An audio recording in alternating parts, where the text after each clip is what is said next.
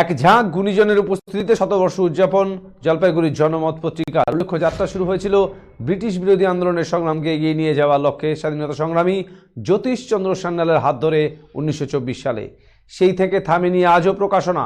জলপাইগুড়ি সহ উত্তরবঙ্গের বহু মানুষের স্মৃতির কোণে উঁকি দেয় জনমত পত্রিকার শক্তিশালী সম্পাদকীয় সহ খবর। পরবর্তীতে সম্পাদকের গুরুদায়িত্ব পালন করেন জলপাইগুড়ি শহরের আরেক সুসন্তান পুরসভার প্রাক্তন ভাইস চেয়ারম্যান প্রয়াত মুকুলেশ সান্যাল সহ স্বাধীনতা আন্দোলনের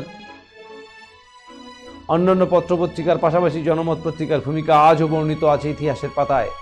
শনিবার জলপাইগুড়ি পুরসভার প্রয়াস হলে বিশিষ্টজনদের উপস্থিতিতে শতবর্ষে পদার্পণ করা জনমত পত্রিকার শতবার্ষিকী উদযাপন হলো ঐতিহ্য মেনেই।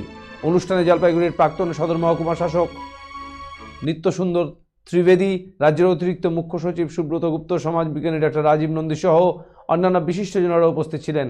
এদিন সাহিত্য আলোচনা সভা, কবিতা, গল্প পাঠ, আলোচনা সভা, স্মারক গ্রন্থ প্রকাশ সহ বিভিন্ন অনুষ্ঠানের আয়োজন করা হয় শতবর্ষ উৎসব উদযাপন উপলক্ষে। 1924 সালে জলপাইগুড়িতে পত্রিকা হিসেবে শুরু হয়েছিল দেশবন্ধু চিত্তরঞ্জন দাশের আদর্শে। আজও এই পত্রিকা বিভিন্ন ঘাত প্রতিঘাতের ভেতর দিয়ে চলছে।